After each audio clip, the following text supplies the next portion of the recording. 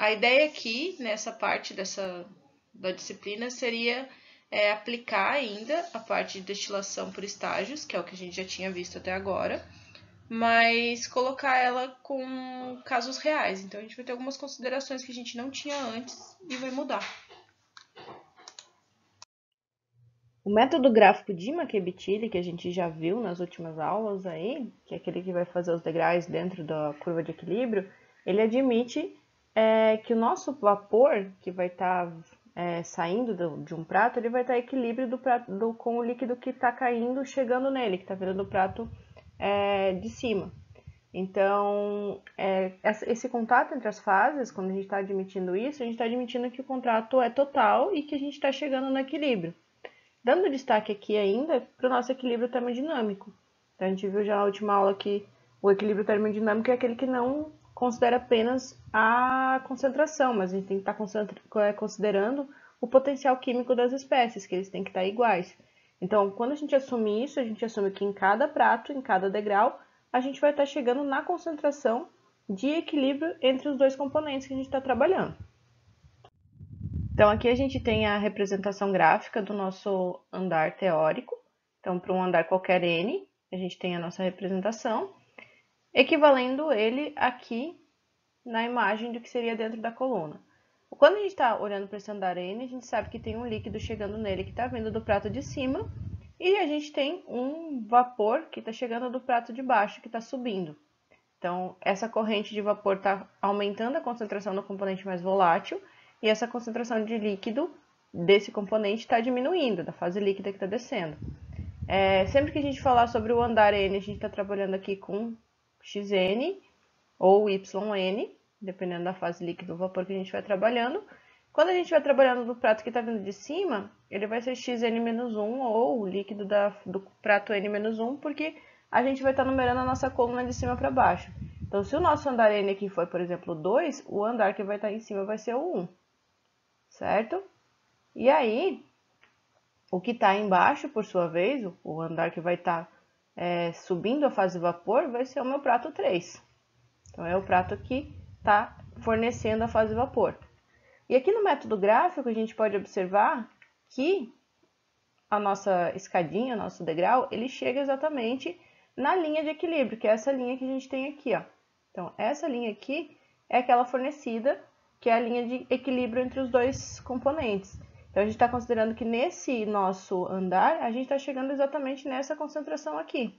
Então, a gente que é a de equilíbrio, a gente não está considerando que ele não está atingindo essa fase aqui.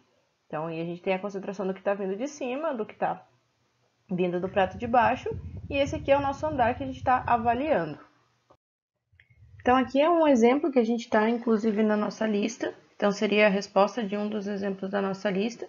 E a gente tem aqui vários pratos do nosso sistema. Então, aqui a gente viu que a gente chegou em algumas, fez as considerações, achou as linhas e chegou nos nossos 8 pratos. Então, esses 8 pratos que tem aqui, cada um deles está atingindo a linha de equilíbrio. Vamos dar um destaque aqui para um dos pratos que a gente está olhando, por exemplo, o prato número 2 aqui. Então, o andar 2, a gente está assumindo que ele está chegando exatamente nesse ponto aqui, ó.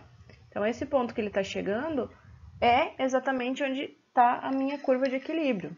Então, pra gente, se a gente pegar esse ponto aqui, que é o mesmo que está aqui, e colocar as coordenadas dele direitinho, a gente vai conseguir ver que o valor de x está mais ou menos aqui em 0,77 e o valor de y aqui mais ou menos em 0,89. Então, a gente consegue saber qual é a composição de equilíbrio para o nosso sistema. Então, isso aqui é a composição de equilíbrio no prato 2. Então, é o que está acontecendo nesse prato 2. Aqui a gente tem a corrente que está descendo do prato de cima, que teria uma fase líquida que está vindo do prato N-1, no nosso caso aqui é o prato 1. E a gente tem o prato 3 aqui embaixo. E a gente tem uma fase vapor do prato 3 que está subindo, que está chegando no meu prato. E elas vão entrar em contato, as duas vão se misturar, até atingir essa composição de equilíbrio dentro do meu prato. Então, reforçando, se eu chego aqui na minha condição de equilíbrio, se eu consigo chegar na minha curva do meu sistema, Então, quer dizer que eu estou trabalhando com uma eficiência de 100%. Então, eu consigo fazer um sistema ser ideal, ou seja, eu consigo chegar exatamente no máximo possível que eu conseguiria ter de troca para aquela concentração ali naquele prato, naquelas condições que eu estou trabalhando. Lembrando que aqui a gente tem uma curva, uma linha operacional, daquelas que a gente determinou antes, e essa daqui é aquela linha diagonal, que vai do ponto 00 até o ponto 1, no nosso gráfico. O que acontece quando a gente tem colunas reais? A gente tem desvios, então a gente não tem esse comportamento exatamente como a gente queria.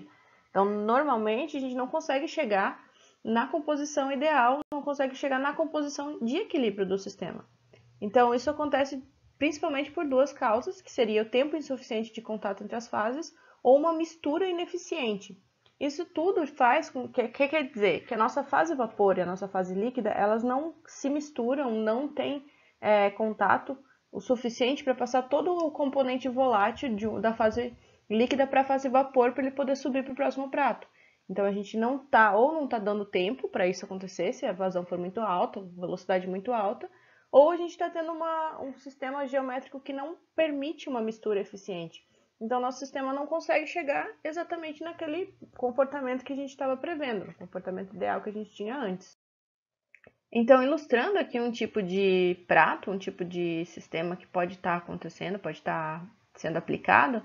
Nesse caso aqui, cada um desses estágios aqui seria um prato da nossa coluna. Então, a gente tem aqui 3 pratos que a gente está avaliando.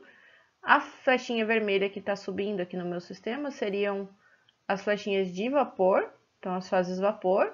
E a gente tem a flechinha cinza aqui que seria a fase líquida, que vai estar descendo. Então, essa fase líquida que está entrando em mistura. Então, o que está acontecendo no meu sistema? Essa fase líquida vai descer e vai passar pelo meu sistema e entrar em contato com a fase vapor e vai trocar componente. Então, olhando de cima, a gente tem essa visão aqui, que seria vários dispersores para a gente estar conseguindo fazer com que esse sistema troque tenha contato entre as fases para poder trocar o componente mais volátil.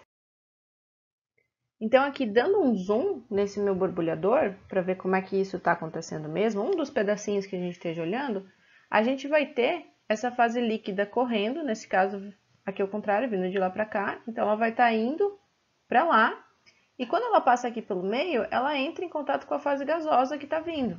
Então, a fase gasosa vai estar entrando e vai estar se misturando aqui dentro com o meu sistema. E esse sistema vai estar passando, o líquido vai estar passando por aqui, vai seguir, vai descer. Então, o líquido vai tender a fazer o caminho dele aqui. E nesse meio tempo aqui, onde ele está entrando em contato as duas fases, a gente vai ter essa troca. Então, a gente precisa ter toda uma boa mistura. Então, todas essas bolinhas vermelhas aqui, que seriam um gás, vapor, ela precisa estar muito bem misturada com a fase líquida, que seria essa parte cinza. Então, a gente precisa fazer com que esse sistema todo entre em contato para poder estar transferindo o componente. Então, quanto melhor for essa dispersão, melhor vai ser para a gente a troca entre os dois sistemas. E aqui é mais um tipo de visão, então mais uma maneira de estar olhando o prato. Aqui seriam os borbulhadores, que podem ser de diferentes tipos.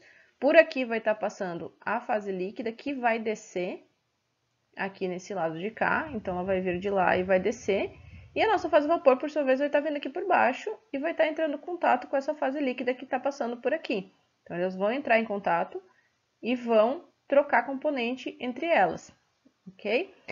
Aqui tem uma dica de um site bem legal, que tem várias imagens, que obviamente eu não consigo postar para vocês aqui, mas vocês podem olhar lá e ver diversas imagens industriais mesmo, reais, de coluna, de como elas funcionam, de como é a geometria, que é muito mais fácil de vocês entenderem visualmente do que eu tentar explicar aqui. O que a gente precisa saber é que a gente precisa ter esse contato entre as duas fases. Então, é por aqui que acontece, quanto melhor, mais bem disperso for esse sistema, mais contato eu vou ter entre a fase líquida e a fase vapor, maior vai ser a minha eficiência de troca, ou seja, mais perto do equilíbrio o meu prato vai estar trabalhando. Uma condição limitante de operação seria quando a gente está considerando um refluxo total. O que significa isso? A gente está pegando toda a nossa fase líquida, a nossa fase vapor, que chega lá em cima, e fazendo com que ela retorne para dentro da coluna. Ou seja, a gente não tem retirada de produto lá no topo. Então, a gente vai fazer com que todo o produto lá de cima desça de volta para dentro da coluna. Ou seja, a gente considera um refluxo infinito. Isso leva, graficamente, a linha de retificação ser em cima da linha de 45 graus. Vou mostrar para vocês a figurinha. Mas, para a gente, isso vai chegar no caso em que a gente tem um número de estágios mínimo. Então, a gente já não está mais trabalhando com vários estágios, a gente vai chegar no número de estágios mínimos porque a gente está fazendo com que todo o sistema retorne. Então, aqui graficamente, o que a gente tem é que a nossa linha de retificação, que às vezes ela costumava ficar mais para cima, aqui um pouquinho, ela vai estar exatamente em cima da nossa linha de refluxo total. Então, ela vai estar em cima da linha vermelha aqui e a gente vai cair na condição de números mínimos de pratos. Então, o número de pratos que a gente vai obter pelo método de McCabe-Tilly vai ser o número mínimo de pratos. Não precisa traçar as outras porque a gente já sabe como é que vai funcionar o nosso sistema. Então, a gente vai estar sempre fazendo aquele procedimento de simplesmente fazer as escadinhas do começo até o fim, sem precisar das outras linhas de operação, porque a gente já sabe que todo o nosso sistema está retornando, então a gente vai ter o mínimo de números de estágios possíveis. Agora, quando a gente faz o contrário, que a gente, em vez de fazer o refluxo ser total, a gente faz o refluxo ser mínimo, a gente vai levar o nosso sistema até um número de pratos infinitos, porque a gente vai precisar... se não tiver refluxo, a gente não consegue fazer esses pratos serem eficientes. Então, a gente vai ter que estar trabalhando com ele. A gente tem como calcular aqui o refluxo mínimo, considerando o X do destilado, então a concentração que está saindo do destilado. E aqui a gente tem as concentrações da fase X e Y, que seria da fase vapor e da fase líquida. Então, aqui é vapor e aqui é líquido. Então, sempre que a gente estiver trabalhando com X é líquido, e sempre que estiver com Y é vapor.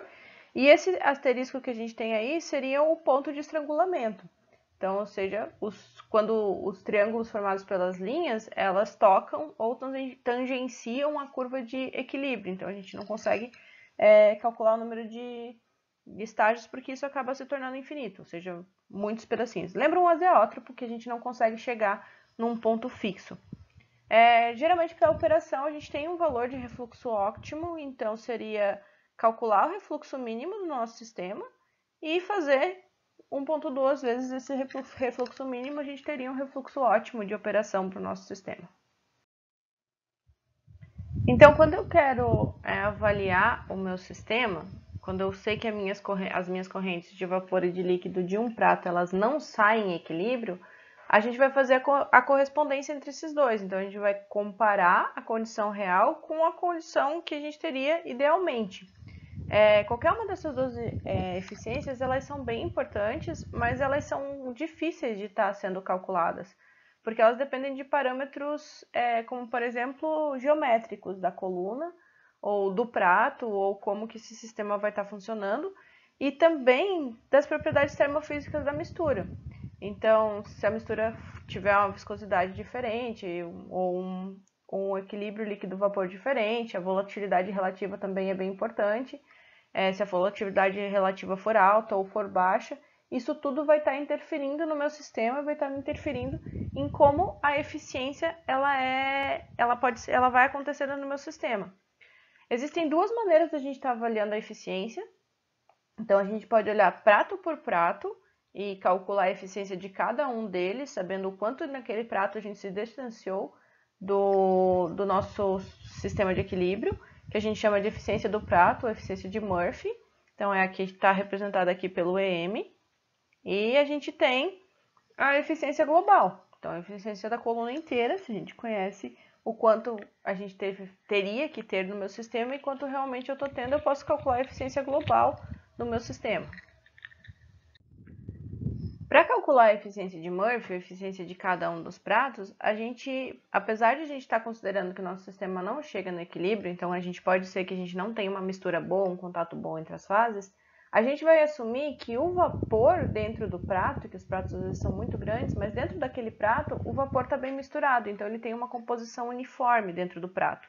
Então eu posso dizer que o Y do prato é o mesmo em qualquer ponto dele. A mesma coisa acontece para o líquido, então eu posso dizer que o xn do prato é o mesmo em cada um dos pontos do prato. Eu posso estar olhando para o prato mais para cá, ou mais para cá, ou mais para cá, e todos eles vão ter o mesmo valor de xn e o mesmo valor de yn. Com isso, o que a gente vai estar avaliando vai ser a eficiência para cada uma das fases. Então, nesse caso aqui, a gente está olhando para a fase vapor. Então, quando a gente está olhando para a fase vapor, ela está subindo no meu prato, então na minha coluna. Então, está passando pelo prato de maneira que ela está subindo e ela está aumentando a concentração de componente volátil, então mais volátil. Então, a concentração dela está aumentando. Então, para a fase vapor, quanto mais eu subo, mais concentrada a fase vapor vai estar. Então, o que a gente vai avaliar? O quanto ela enriqueceu realmente, quando comparado ao quanto que ela deveria ter enriquecido quando a gente estava trabalhando com o sistema ideal. Então, aqui, ó, quando a gente está olhando, isso aqui é o valor que ela realmente está saindo contra o valor que ela deveria estar saindo se ela estivesse saindo em equilíbrio, comparando com o que está vindo do prato inferior, que seria o prato de baixo aqui, N mais 1. Então, a gente tem que saber o que está vindo do outro prato e a gente vai calcular o quanto que ela enriqueceu comparado com o quanto ela teria enriquecido se tivesse chegado no equilíbrio. Graficamente, o que acontece no meu sistema é isso que está ilustrado aqui. Antes disso, lembrar que quando a gente está trabalhando com a fase vapor, a gente vai começar a analisar o sistema pelos pratos da base da coluna.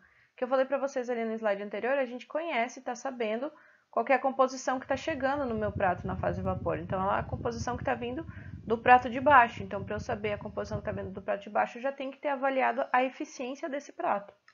E aí eu vou comparar o quanto está saindo com o quanto que eu queria que estivesse saindo se estivesse no equilíbrio. Já graficamente, que a gente vai olhar aqui, ó, é que nosso ponto de saída não é mais esse ponto que a gente tinha antes. Então, não é esse ponto de equilíbrio da coluna. Agora, a gente está trabalhando com esse outro ponto aqui. Então, a gente vai chegar numa concentração diferente da concentração de equilíbrio. E aí, a gente vai ter essa área aqui no meu andar N, certo? Então, a gente não está mais exatamente onde a gente estava antes.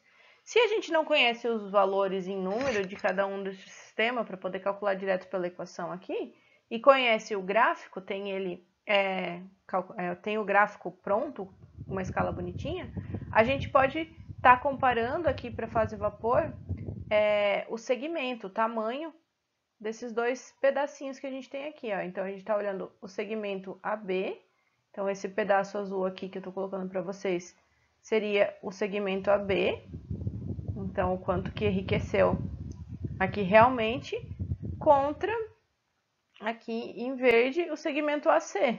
Então, esse pedaço todo que ele teria ido se tivesse numa composição ideal, tá certo? E lembrando que a gente está olhando a fase vapor aqui, não está olhando a fase líquida ainda. Então, a gente tem aqui o segmento AC. Então, a razão entre eles, a diferença de tamanho entre eles, vai dizer pra gente qual é a eficiência desse meu prato para a fase vapor dele. Então, quanto que a gente teve de enriquecimento real versus o que a gente estava querendo que a gente teria se a gente estivesse trabalhando com o enriquecimento ideal do nosso vapor. Da mesma forma que a gente viu para a fase vapor, a gente pode calcular a eficiência de Murphy para a fase líquida. Então, agora olhando para a fase líquida, a nossa fase líquida ela vai estar descendo. Então, se ela vai estar descendo, ela vai estar perdendo componente mais volátil. Então, a nossa concentração vai estar diminuindo. Então, a concentração vai diminuir do componente mais volátil, porque ele vai estar subindo junto com a fase vapor. Agora, o que a gente precisa saber é o que está vindo do nosso prato anterior. O nosso prato anterior, que vai estar aqui na fórmula, é o prato que está acima do meu sistema. E o prato que eu estou avaliando seria exatamente o prato N, certo? Aqui seria a condição de equilíbrio de novo, e aqui é a condição real, é o que eu cheguei mesmo. Nesse caso aqui, em vez de a gente olhar o enriquecimento, a gente está olhando o empobrecimento da corrente, porque a corrente está perdendo componente volátil. A gente sempre está olhando para o componente mais volátil. Então, a gente vai estar perdendo o componente mais volátil.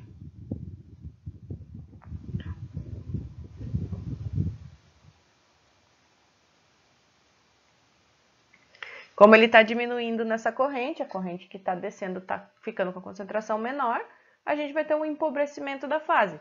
Mas a ideia é exatamente a mesma que a gente tinha ali na fase de vapor. A gente vai estar comparando os dois e o gráfico nosso vai estar diferente também. Ok? Em resumo, o que acontece? Como eu falei para vocês, se a gente está olhando para o equilíbrio vapor, a gente olha de baixo para cima. Então, a gente parte do fundo da coluna, porque a gente precisa saber sempre qual é a concentração que está saindo o prato anterior. Quando a gente está olhando para o nosso equilíbrio da fase líquida, por sua vez, a gente vai fazer essa análise de cima para baixo. Então, a gente vai olhar o topo da coluna e vai fazer essa avaliação descendo. Então, a partir do primeiro prato para os próximos pratos. O refervedor, nesse caso, ele pode ser considerado como um estágio de equilíbrio. Então, ele pode ter 100% de eficiência, mesmo que os outros pratos não tenham. O refervedor pode ser considerado como um sistema que atinge o equilíbrio para facilitar um pouquinho os nossos cálculos. Então, aqui a gente tem como é que ficaria o nosso gráfico total, como é que ficaria o nosso gráfico completo quando a gente está considerando a eficiência de cada um dos pratos. Então, aqui, ó, nessa primeira curva aqui de cima, a gente teria a curva de equilíbrio do nosso sistema. Então, é aquela que é fornecida para a gente, que a gente utilizou no método de McEbitili, foi exatamente essa curva de equilíbrio, dizendo que nosso sistema estava chegando até ela. Quando a gente olha para a eficiência, a gente vai ter essa outra curva aqui, ó. Então, a gente vai ter uma curva reduzida. Então, a gente vai ter uma curva que precisa de mais estágios do que se a gente tivesse no sistema inicial que a gente tinha antes. Então, a gente vai ter um aumento do número de pratos para chegar na mesma concentração. A gente está com uma linha um pouquinho mais apertadinha. As linhas de operações continuam sendo a mesma. As linhas de retificação, de alimentação e da parte inferior de esgotamento também, elas continuam sendo a mesma. O que muda para a gente é essa pseudo-linha de equilíbrio que vai estar aparecendo aqui no meu sistema. Aqui o ebulidor está com 100% de eficiência, conforme foi falado antes. Então, aqui ele tem 100%, então ele chega no nosso equilíbrio. Para a gente poder olhar esse ponto aqui, eu vou dar um zoom, mas as nossas equações estão aqui, ó. Então, as equações que a gente acabou de ver, para a fase líquida e para a fase vapor, elas conseguem tanto com números, com os valores das composições a gente consegue estar calculando, como com a parte gráfica a gente consegue estar calculando também. Então, aqui dando um zoom para a gente poder ver o que está acontecendo. A gente tem a nossa fase, o nosso prato aqui que a gente está avaliando seria o nosso prato N, seria esse aqui do meio. Então, seria esse nosso prato aqui. Então, esse prato, ele está chegando nessa composição aqui, ó, que está aqui no ponto B, certo? Então, para eu avaliar a minha eficiência para a fase vapor, essa primeira aqui, eu vou comparar esse segmento aqui que eu falei para vocês versus esse segmento aqui, que vai estar vendo a composição em Y, que vai estar aqui no eixo Y nosso. E para conseguir olhar a fase vapor, a fase líquida, desculpa, essa daqui, a gente vai estar comparando os nossos segmentos que a gente tem aqui. O nosso segmento DB, que seria esse pedacinho aqui. Não vou riscar ali em cima para não ficar muito poluído, mas seria esse pedaço aqui, versus esse outro pedaço grande aqui, que seria o que ele atingiria se o nosso sistema tivesse chegando em equilíbrio. Então, graficamente, o que a gente faria seria pegar esse segmento aqui, relacionar com esse outro segmento que foi o real. Então, esse aqui seria o equilíbrio. E esse aqui seria o real. E a gente vai estar relacionando os dois para ver o que está acontecendo no meu sistema e ver qual é a eficiência do meu sistema. Então, aqui essa linha vermelha é a nossa linha de pseudo-equilíbrio, que a gente viu. Então, essa linha aqui é o quanto a gente reduziu no nosso sistema. Então, por fim, a gente tem aqui a eficiência do nosso sistema. A última forma da gente estar calculando ela seria uma eficiência global, ou seja, relacionar o nosso sistema todo como que ele está acontecendo. Então, para isso eu vou relacionar os números de estágios ideais, ou seja, aquele que eu determinei que seria o ótimo, que todo mundo está no estágio de equilíbrio, versus os números de estágios reais, o quanto que a gente está chegando naquela pseudo-curva de equilíbrio que a gente obteve. Esse número ele vai ser sempre menor do que 1, porque o número de pratos reais ele vai ser sempre maior do que o número de pratos ideais. Então, quando a gente está com uma eficiência menor, quer dizer que a gente vai precisar de mais pratos para chegar no mesmo valor. Então, a gente vai ter um número sempre menor do que 1, o que faz sentido porque eficiência é uma coisa que está relacionando sempre em porcentagem. A gente pode calcular também a eficiência global do nosso sistema aqui, utilizando a viscosidade da solução e a volatilidade relativa que a gente já estudou.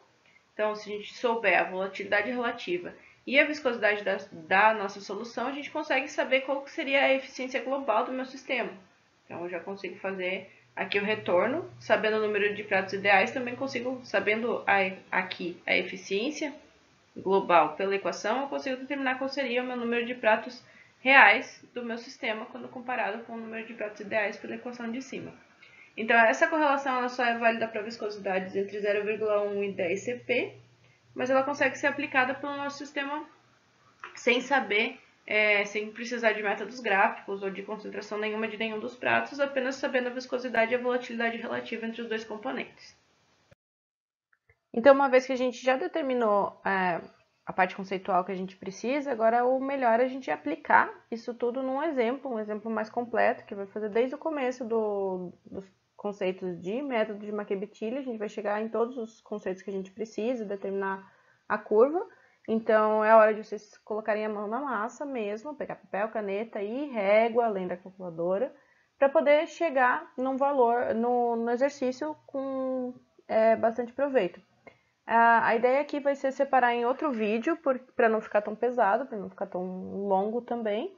Então, eu vou disponibilizar já para vocês um próximo vídeo só com a resolução do exemplo, o exemplo mais completinho com todos os passos que a gente viu até agora, tá certo?